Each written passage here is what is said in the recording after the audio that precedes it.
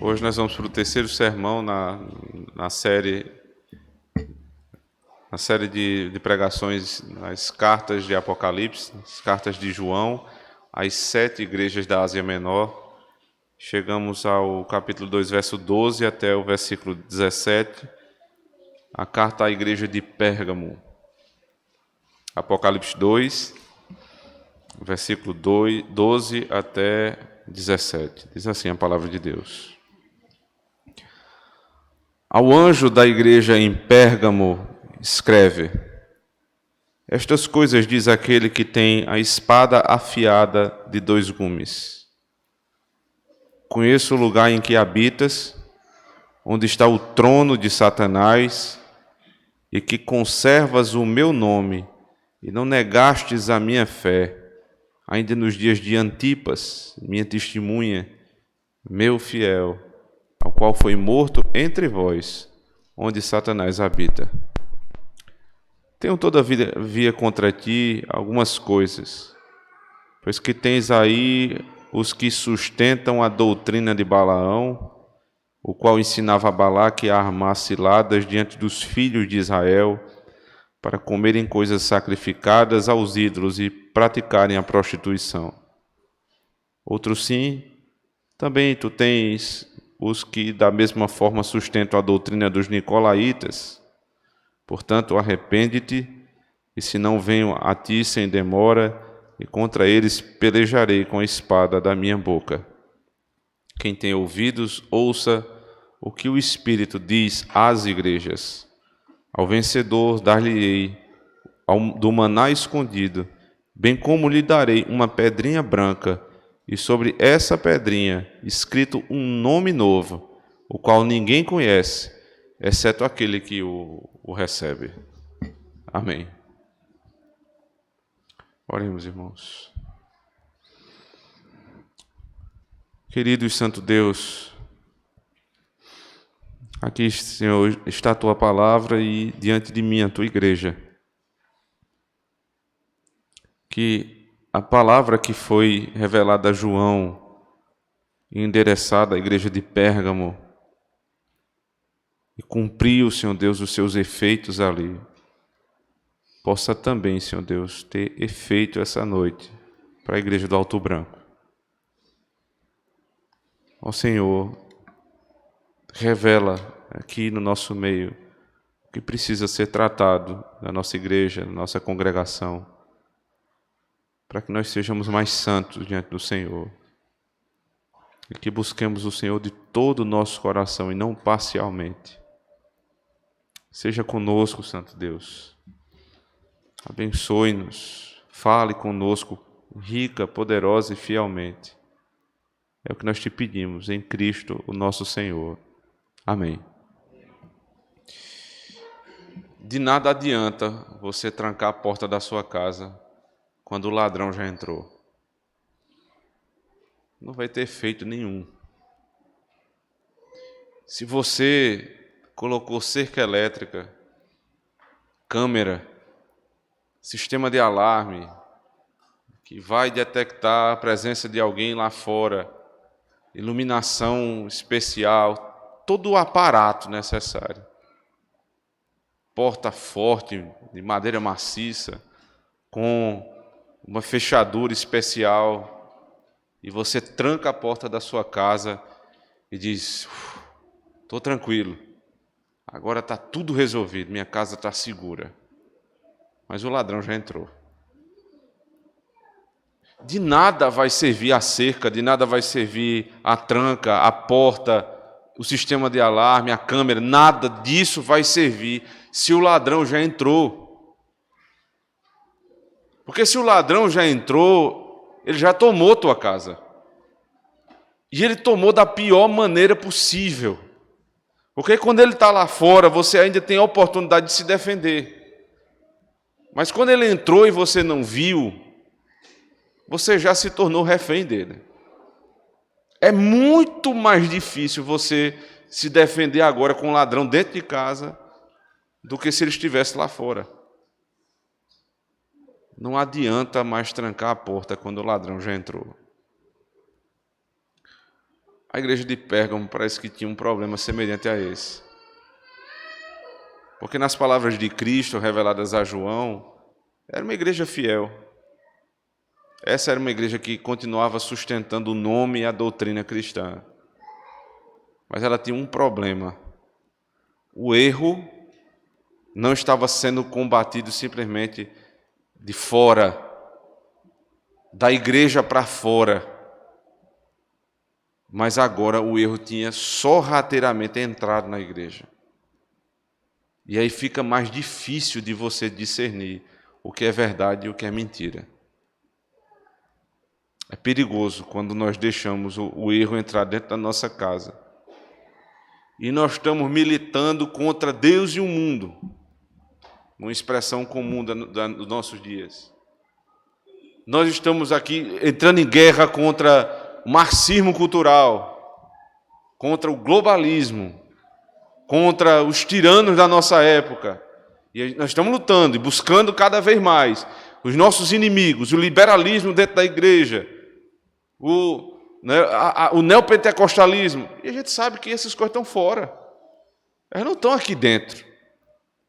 É verdade, tudo isso é verdade. Todos eles são nossos inimigos. E nós devemos combatê-los de fato.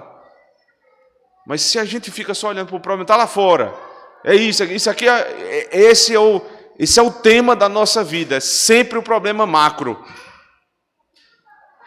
Quando a gente está assim, irmãos, não é porque nós estamos nos expondo aos problemas, para resolver os problemas, não é isso. É porque a gente não quer ver o ladrão que está dentro de casa. A gente está comprando cerca elétrica, alarme e sistema de segurança com o ladrão dentro de casa. Não funciona. Esse parece que era o problema da igreja de Pérgamo. Verso 12, o texto diz assim, nas palavras de João: ao anjo da igreja em Pérgamo escreve: estas coisas diz aquele que tem a espada afiada de 2 gumes. Os irmãos já conhecem a estrutura das cartas e sabem que o Senhor primeiro endereça a carta ao anjo da igreja, ou seja, os presbíteros da igreja, o conselho da igreja. Eles é que vão tratar do problema da igreja local. Então não se tem aqui algo como um bispo que sozinho vai resolver o problema de várias igrejas. Não é assim que o Senhor determinou que fosse tratado o problema da igreja local, mas os problemas locais tratados com os pastores locais. O Senhor da igreja fala ao anjo da igreja, o mensageiro de Deus. Ele é que precisa saber o diagnóstico. E os irmãos já perceberam também que em todas as cartas, Cristo é apresentado com uma característica distinta. Veja, na primeira carta, verso 1 do capítulo 2, estas coisas diz aquele que conserva na mão direita as 7 estrelas e que anda no meio dos 7 candeeiros de ouro. Porque quando ele está falando para Éfeso, uma cidade, especialmente uma igreja que tinha abandonado o primeiro amor, ou seja, tinha deixado para trás o serviço, é isso que quer dizer aqui, o amor que é servo. Ele está dizendo: o Senhor passeia no vosso meio, Ele está vendo a negligência. Capítulo 2, verso 8, ao anjo da igreja em Esmirna escreve: estas coisas diz o primeiro e o último que esteve morto e tornou a viver. Uma cidade que tinha sido construída muito tempo antes do período de Cristo, 1000 anos antes, que chegou a ser morta, ou seja, ela foi derrubada completamente no ano 600 e reviveu, e que precisava das palavras de Cristo. Ele está dizendo: eu sou o que eternamente vivo, estive morto, mas estou vivo. Eu sou antes dessa igreja e eu estarei sempre, mesmo quando essa igreja não existir mais. E agora a igreja de Pérgamo, ele diz: estas coisas diz aquele que tem a espada afiada de 2 gumes. Veja, por que uma espada afiada de 2 fios? Podia ser assim, né, também entendido. Porque os 2 lados dessa lâmina, eles cortam. Isso tem o sentido de que a palavra de Deus, ela tem 2 propósitos. Por exemplo, ela tanto serve para atacar quanto para defender. Não só isso, ela serve para salvar e para condenar. Mas também o autor da carta aos Hebreus diz, ela divide juntas e medulas. Ela vai onde a gente não consegue ir. A palavra de Deus vai onde pastor nenhum vai. Ela visita a tua alma como presbítero nenhum vai conseguir, ainda que ele te conheça profundamente, ele nunca conseguirá ir até o profundo do teu coração. A palavra de Deus vai lá. E ela divide, ou seja, ela discerne. Qual era o problema da igreja? O problema estava dentro da igreja, eles não estavam mais conseguindo discernir verdade e mentira, engano daquilo que não é engano. E o Senhor disse, eu sou aquele que vou revelar o engano dessa igreja. Eu tenho a espada afiada de 2 gumes. Qual é o diagnóstico do Senhor? Ele diz, verso 13, conheço o lugar em que habitas, onde está o trono de Satanás. Ele aqui está descrevendo a cidade, Pérgamo. Uma cidade onde habitava o trono de Satanás. Por que ele está dizendo isso? O que é o trono de Satanás? Primeiro, Pérgamo era uma cidade muito apegada à literatura, à cultura. Os irmãos devem conhecer certamente a expressão pergaminho. O pergaminho ele é um tipo de material que veio depois do papiro. O papiro foi talvez um dos primeiros tipos, antes dele veio a pedra ainda, né? Como foi esculpida a lei do Senhor, depois o papiro, que era retirado de uma planta, e dali era feita uma espécie de papel, não o papel que nós conhecemos agora, mas um material que servia para escrever. E esse papiro ele estava na mão de um determinado povo, que não queria, né? Alexandria era a maior biblioteca da época, e a segunda maior biblioteca da época era a biblioteca de Pérgamo. E para que eles conseguissem passar a Alexandria, eles precisavam do papiro. O que foi que os homens fortes de Alexandria fizeram? Proibiram o papiro de chegar até Pérgamo. Então eles nunca vão ser a maior biblioteca, nós seremos. Então o que é que o rei aqui, o governador de Pérgamo pensou? Nós vamos fazer agora um outro material para não dependermos mais do papiro. E aí foi onde se desenvolveu o pergaminho, que é um material muito mais nobre, inclusive, e muito mais fácil de manusear, porque é couro, é maleável, muito mais fácil de manusear do que o papiro. E assim eles conseguiram ser cada vez maiores. Então era uma cidade de muita cultura. Mas essa cultura era completamente corrompida, porque essa também foi a primeira cidade onde Zeus ele teve proeminência em todo o império. Zeus, que era como se fosse o pai de todos os deuses, o maior de todos, ele tinha um templo conhecido ali. E as pessoas adoravam a Zeus e queimavam incenso para ele.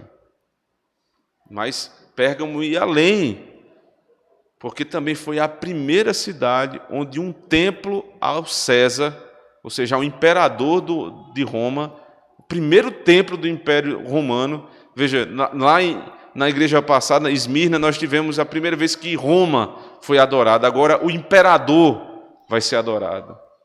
Para vocês terem uma ideia, o imperador passou a exigir que todo cidadão romano chamasse ele de Soter, de onde vem a palavra soteriologia, doutrina da salvação. Soter é salvação. Ele é o que salva. Ou seja, ele era Deus, ele precisava ser adorado como Deus. Se você visitasse Roma naquela época, você ia ver um panteão de deuses. E o Império Romano não estava preocupado com tua religião. Você podia ser qualquer coisa, desde que você primeiro adorasse César. Depois disso, você pode ser qualquer coisa, desde que você se submeta ao Estado. Alguma semelhança com a nossa época? Desde que você faça o que o Estado quer, você pode ter a religião que você quiser. Ou seja, já não é mais tua religião. Porque é uma religião que, antes de Deus, tem o Estado como regulador. A nossa religião nunca se submeteu ao Estado neste sentido. Sempre deu honra ao Estado no sentido que Deus deu, mas nunca nesse sentido. É por isso que nós não somos cegos, nós não temos obediência cega, mas nós obedecemos ao Estado segundo Deus. E por isso os cristãos foram perseguidos aqui em Pérgamo e em todo o Império Romano. Um deles, inclusive, foi citado, observe aqui no verso 13. Ainda nos dias de Antipas, minha testemunha fiel, o qual foi morto entre vós, onde Satanás habita. Por que Antipas foi morto? Porque ele negou a adoração ao Império Romano, ao imperador romano, a César. Mas ele recebeu um benefício que César nenhum pode dar. Ele foi chamado por Cristo, pelo próprio Cristo, de um título que João usa para definir Cristo. Veja, volta comigo, capítulo 1, verso 5. Da parte de Jesus Cristo, a fiel testemunha.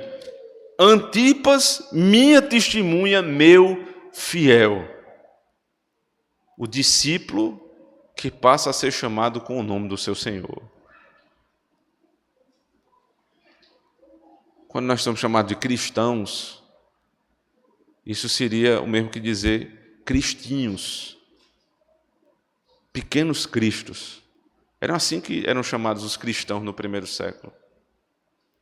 Porque a semelhança do andar, do pensar, do agir era tão parecido com o mestre que o nome deles se confundia. A ponto de Antipas ser chamado fiel testemunha, como Cristo é a fiel testemunha. Então eles tinham o império ou o César como um Deus a ser adorado, eles tinham muita cultura e eles tinham outra coisa, medicina. Pérgamo era uma cidade, e é até hoje uma cidade conhecida como tendo uma grande relação com a medicina. Um Deus Esculápio, você tem, dentro da história da medicina, você tem Hipócrates e você tem Esculápio, grandes figuras da medicina. E esse Deus aqui, que é certamente um Deus mitológico, não tem relação nenhuma com a verdade, ele era também conhecido como Deus serpente. Por isso você olha nos símbolos da medicina e sempre você vê uma serpente. Porque era uma serpente que curava. Eles usavam ervas medicinais e o Deus que dava direção para que essas ervas fossem utilizadas era o Deus serpente, Esculápio. Então eles tinham medicina, pessoas de todas as regiões, elas vinham para serem curadas ali em Pérgamo. Quem precisava de cultura ia a Pérgamo, e Pérgamo tinha toda a bênção do Estado, além de adorar o maior de todos os deuses, Zeus. Estava completo o sistema satânico naquela cidade. A cultura foi tomada, a medicina foi tomada, o governo foi tomado e a adoração foi tomada. Não restou nada. Tudo estava aos pés de Satanás. O que é que fazia a igreja ali? Mais uma vez, há uma semelhança muito forte com a nossa sociedade, especialmente com o nosso tempo. A cultura foi entregue a Satanás. E os cristãos se reservaram aos seus próprios guetos, achando que está tudo muito bem, porque a gente tem música gospel, teatro gospel, tudo gospel. O governo foi entregue aos ímpios. Nós vimos hoje de manhã, nós não temos políticos de fato crentes, ou se temos são muito poucos. Cultura, política e a medicina. Irmãos, tudo que nós temos hoje sendo falado, maioria do que você ouve a respeito de combate ao vírus, não tem de ciência nada. É misticismo. É puro misticismo. Não se prova nada. Vou dar um exemplo aqui.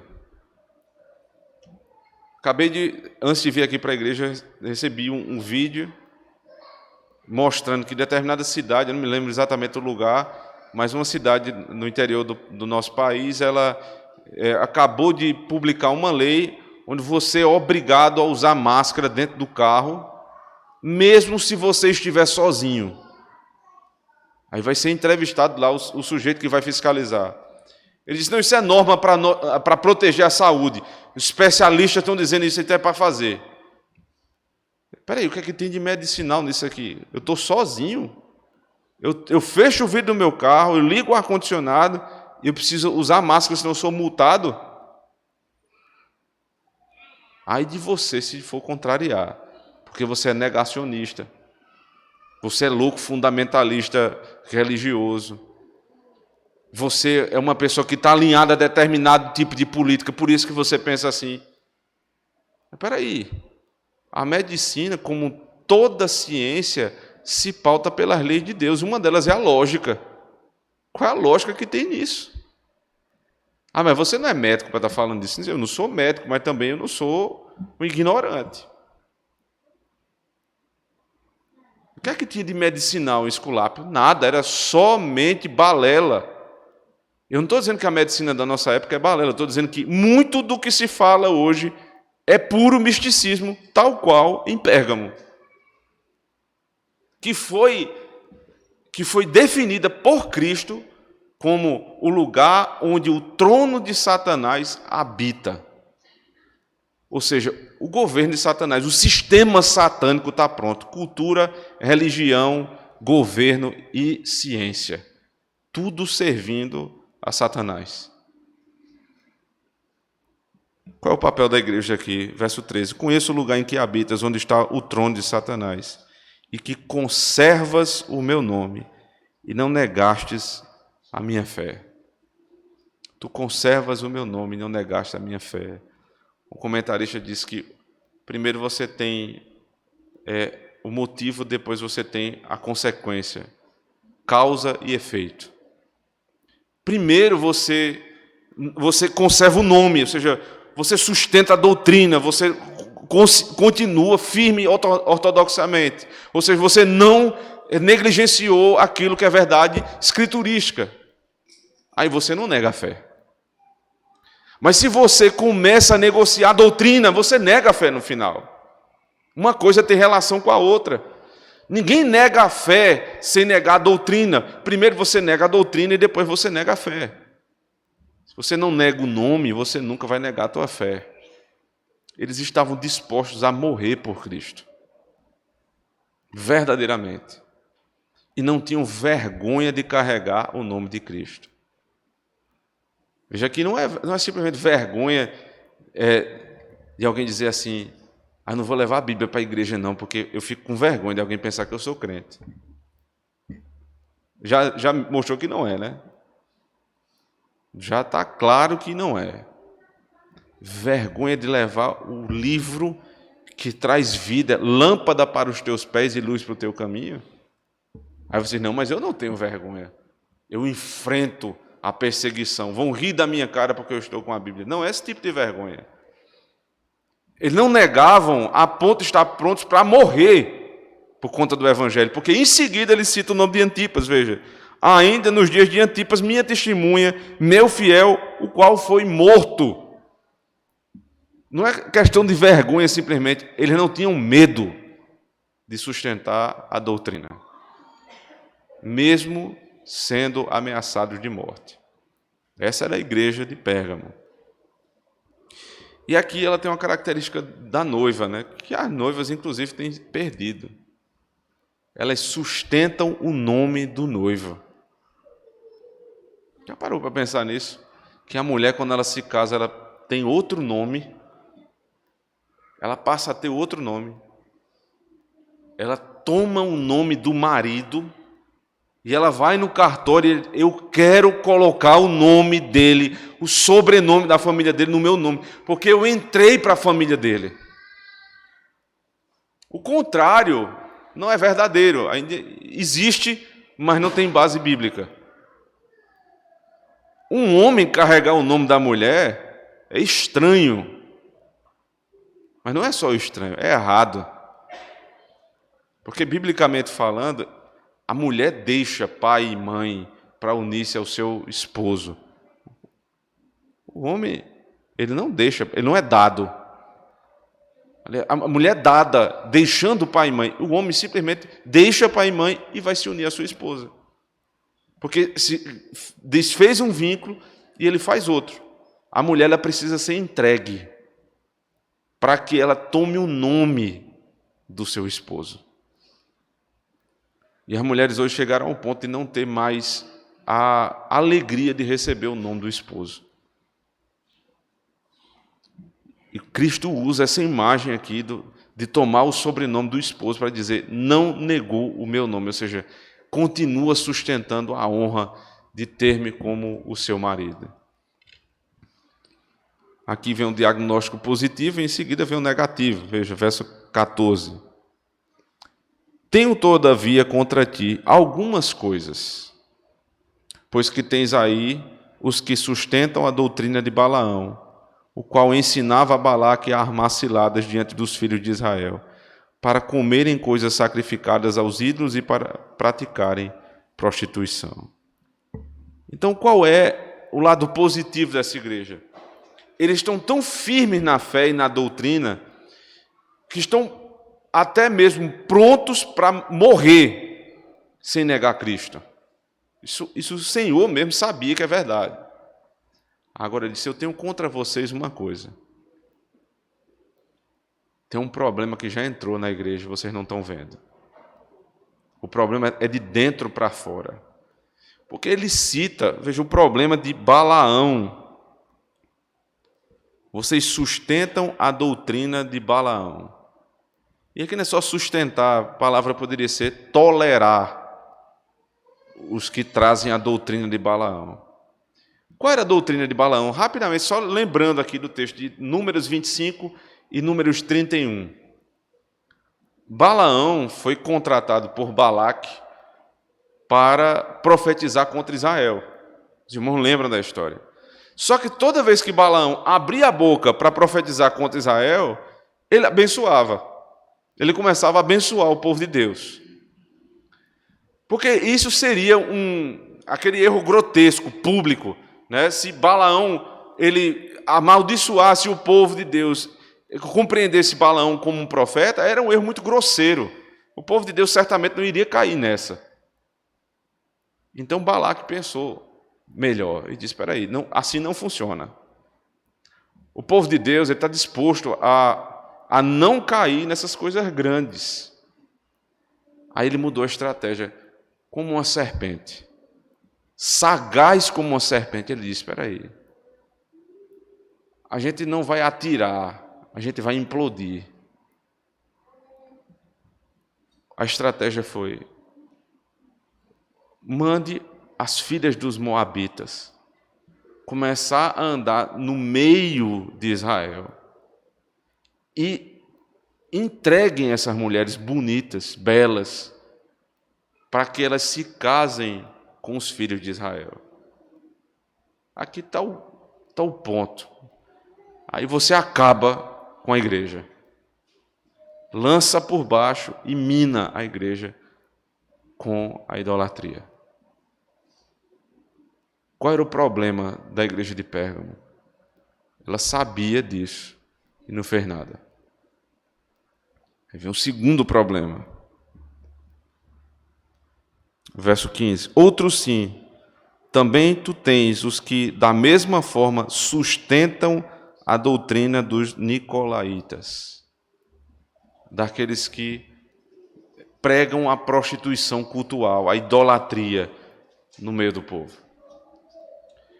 Os nicolaítas, eles não queriam saber de você negar a Deus, não é isso. Não, negue Cristo ou então você morre. Não, o negócio não era assim. O negócio é o seguinte, você adora Cristo e você adora César. Você adora Cristo, você adora os outros deuses também. Aqui a estratégia é ecumenismo. Não é substituir Cristo por César, ou Cristo por Baal, mas é adicionar à fé um outro Deus.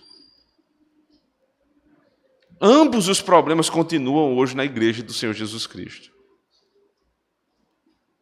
É o sensualismo, porque, veja, é só um exemplo. Quando você fala assim, o problema é porque na doutrina de Balaão, eles estavam se casando com mulheres que não eram mulheres santas, mulheres de Israel, você fechou o problema como se fosse um único problema, mas não é só isso.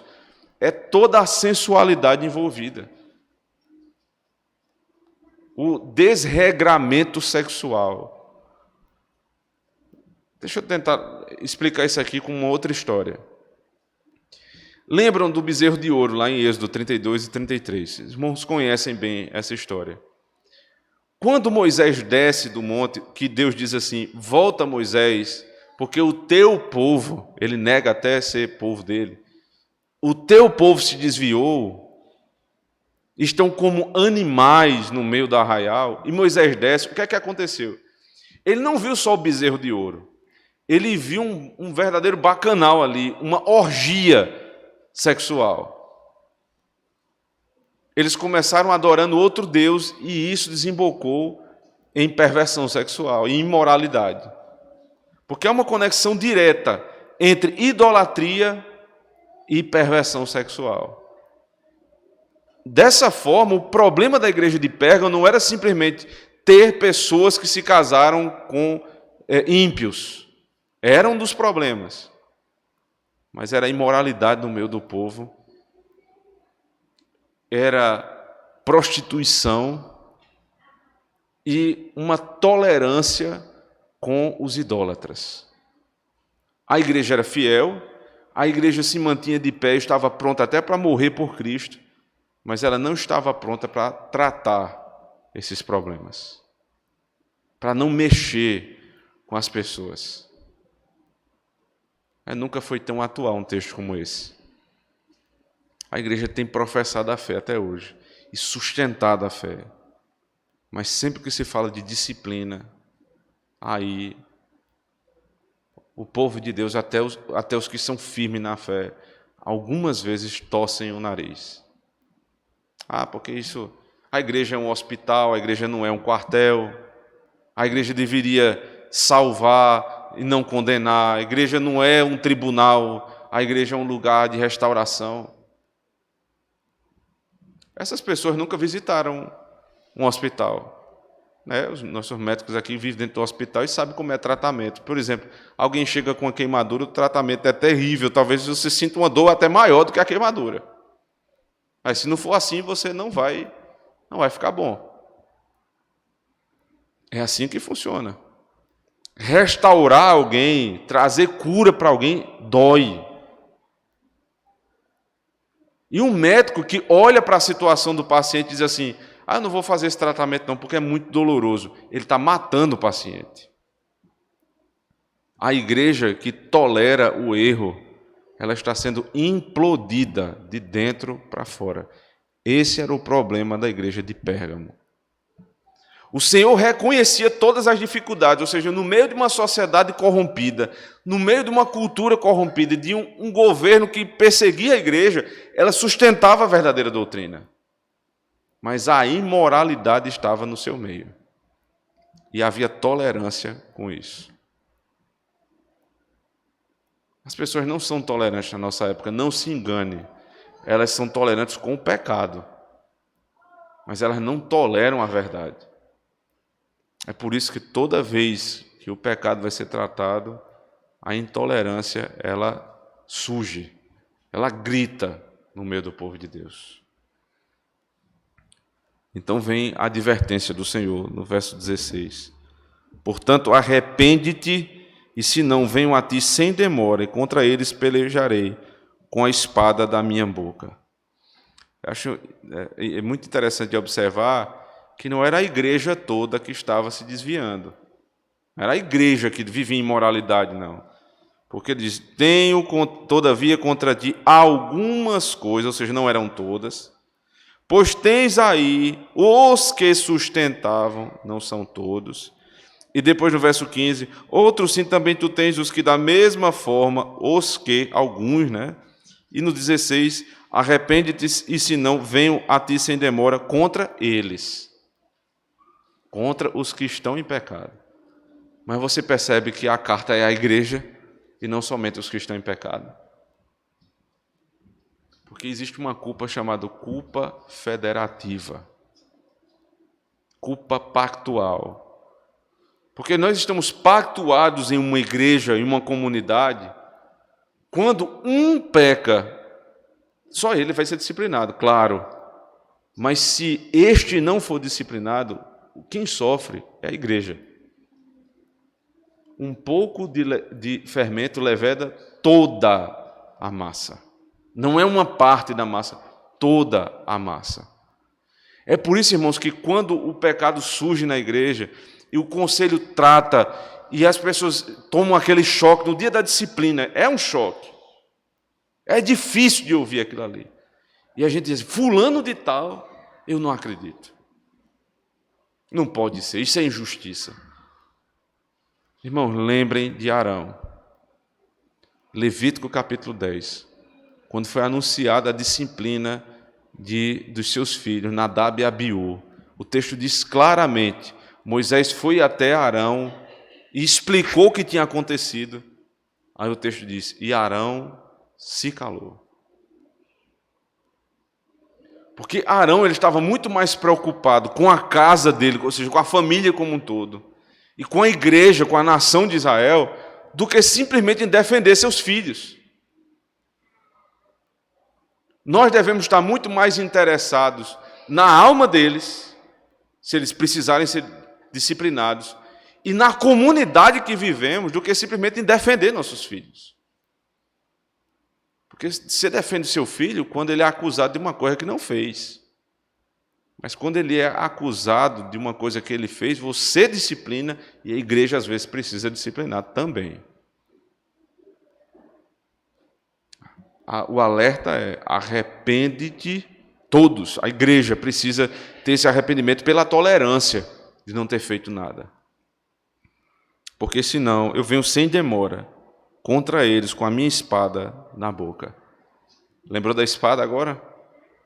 De 2 fios, ela vai entrar na igreja, ela vai ser lançada na igreja, e os 2 fios vão rasgar e vão separar os puros dos impuros. Aí você diz, não, isso é obra de Cristo fazer isso. Ele diz, não, eu vou fazer porque vocês não estão fazendo. Porque vocês já têm a espada de 2 gumes. Nós temos a palavra de Deus que nos ensina a tomar a decisão a respeito da disciplina. Se vocês não estão fazendo, eu vou lançar a espada contra vocês. Ele diz no verso 17, já nos encaminhando para o fim, quem tem ouvidos ouça o que o Espírito diz às igrejas. Ao vencedor, dar-lhe-ei do maná escondido, bem como lhe darei uma pedrinha branca.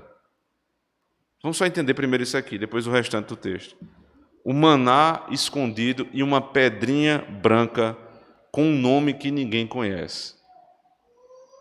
Aqui você tem figuras culturais e religiosas, e tem também um artifício que está sendo usado aqui, que é o que é escondido.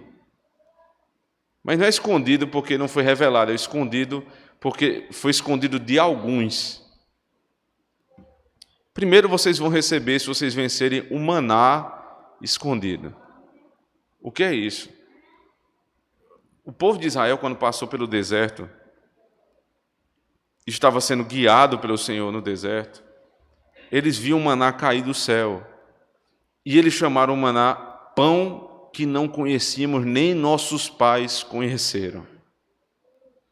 Por que não era conhecido? Não é porque era um pão normal e que ninguém tinha feito antes. Não, era um pão desconhecido porque nunca se viu antes. Porque foi produzido por Deus. Eles foram alimentados no deserto com maná escondido. Aquilo ali é uma figura do que vai acontecer com a igreja que vence esse mundo. Nós vamos provar de Cristo o pão da vida. Que é maná escondido para quem? Para os que permanecem na idolatria e na prostituição. Ou seja, os que permanecerem até o fim na idolatria e na prostituição nunca comerão do pão da vida. Nunca provarão do maná escondido. E você percebe que, mesmo essa igreja tendo problemas, o final do texto não é ameaça, o final do texto é promessa. Se a igreja se mantém firme, nós permanecemos nas promessas. E nós vamos provar do pão que desce do céu, que sacia a nossa fome. Aí ele diz depois: e lhe darei também uma pedrinha branca, e sobre essa pedrinha é escrito um novo nome. A figura da pedrinha branca, ela se contrasta com a pedrinha preta. Isso aqui era usado nos tribunais da época, onde você, para declarar a sentença, não era simplesmente um relatório de sentença, mas se entregava, por maioria dos votos ali, se entregasse uma pedrinha preta, você estava condenado. E se fosse entregue uma pedrinha branca, você estava absolvido. E você era convidado a participar de todos os prazeres da liberdade. O Senhor está dizendo: eu vos dei uma pedrinha branca.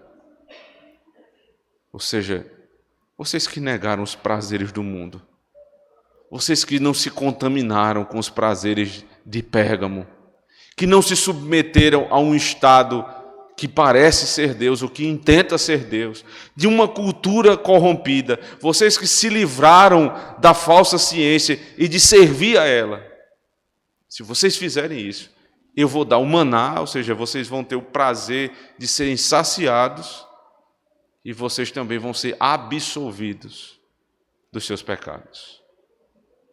Só que tem um detalhe ainda na pedrinha.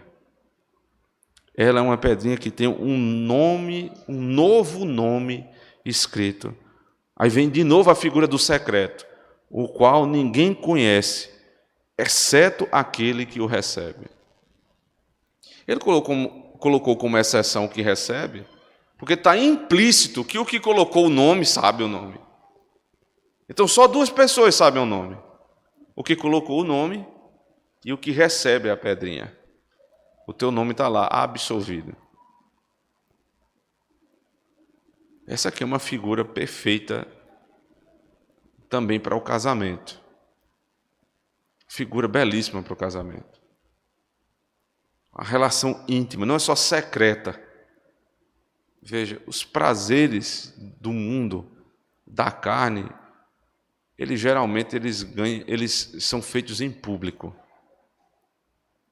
Você vê homossexualismo, eles não têm mais nem vergonha.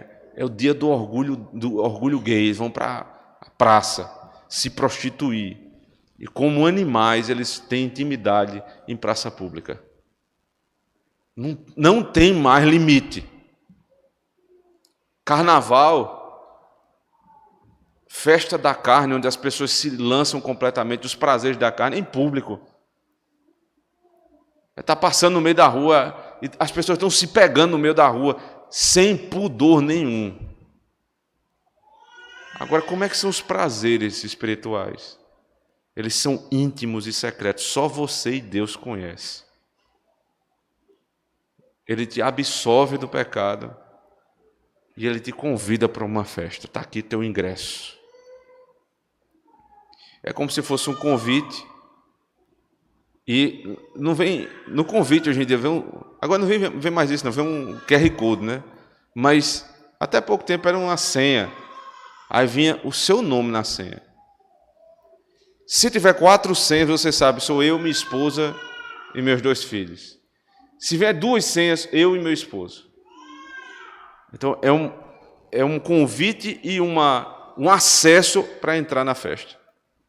Se você vencer, se você negar as coisas desse mundo, o sistema satânico desse mundo, você está convidado para a festa. Em segundo lugar, dessa festa de casamento, tem um nome que só você e o que deu o nome conhecem. Aqui eu vou me referir aos casais. Porque tem um nome que você chama a pessoa que você ama. E eu vou evitar aqui de citar exemplos para não ficar parecendo irônico. Mas tem uns nomezinhos que só o casal sabe, é melhor que só eles saibam mesmo. Só você sabe, só sua esposa sabe. Talvez seus filhos tenham ouvido e até rido do nome que vocês usam. É de intimidade, só o casal tem. Deus te deu um nome que ninguém sabe, mas Ele usa com a igreja, porque é a noiva do Cordeiro.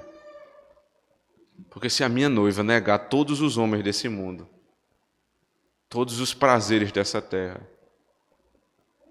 todas as oportunidades que possam se abrir para ela casar com outro, ela disser, eu não quero nenhum outro, eu quero só o Senhor. Então eu vou sustentá-la com o maná. E eu vou convidá-la para a festa. E eu vou chamá-la de um nome que ninguém conhece. Que bênção maravilhosa é essa, irmãos? Se nós negarmos tudo, nós receberemos um convite para uma festa, onde os prazeres vão ser desfrutados em intimidade. Para isso, nós só temos um dever: não tolerar o mal no nosso meio. O Senhor diz, vocês sustentam a doutrina, não permitam que a imoralidade e a idolatria entrem no nosso meio. Ao vencedor eu darei um maná escondido e uma pedrinha branca, com um nome que só eu e você conhecemos. E nós entraremos para as bodas do Cordeiro. Amém. Oremos ao Senhor, irmãos. Seja engrandecido, Senhor, da nossa vida, pelas Tuas promessas e pelas Tuas ameaças. Porque o Senhor hoje tratou conosco, para que nós possamos retirar a idolatria e qualquer sombra de imoralidade do nosso meio. Purifique, Senhor Deus, nossos corações, purifique nossas palavras, purifique nossas mentes e nossas atitudes, Senhor.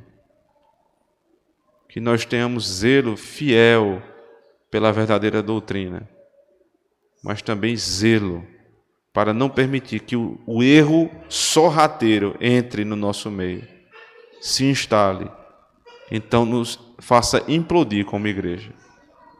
Se fizermos isso, Senhor, devemos aguardar para o dia que receberemos o maná e a pedrinha branca. Santo Deus, seja conosco até o fim e nos faça vencedores em Cristo. Amém. Vamos com alegria.